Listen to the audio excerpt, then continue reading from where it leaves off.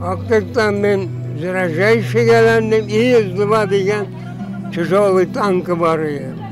Сугыш башланганда Хафиз Харисовка 13 яш була. 22 июнь көне ветеранның бүгінде хәтерендә. Тилем кырда иде, безнең кыр 7 километр авылдан. Вот шунда чакны төштән соң объявить иттеләр. Кышлы суга чыккан, төшкә хәле беркем белмәде. Сугышта танкчы, тыныч тормышта нефтче була Хафиз ага. Сугышка 16 яшеннән алына.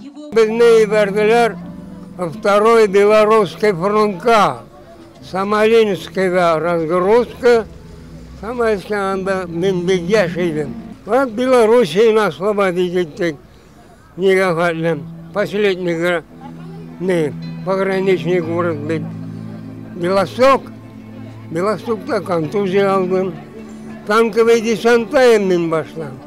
Бүген сугыш ветераны Хафиз Харисов һәм аның кебек шул дәһшәтле елларның авырлыгын үз җилкәләрендә тотыган тыл хезмәтчәннәре, яшь һәм урта буын вәкилләре хәтер һәм матәм митингысына җыелды.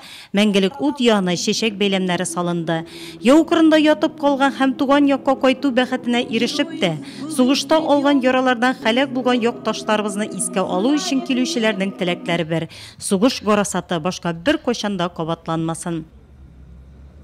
Наш долг помнить подвиг солдата, ковавшего победу на полях сражения, помнить подвиг труженики тыла, стоявшего у станка, работавшего на колхозных полях в то тяжелое время. Наш долг помнить каждого, и мы помним каждого. Бүгінгі көндә районда 54 сугыш ветераны исән, әмма бүген берничәсе генә килә алды. 916 тыл хезмәтчәне, 223 сугыш ветераны тыллары исәпләнә.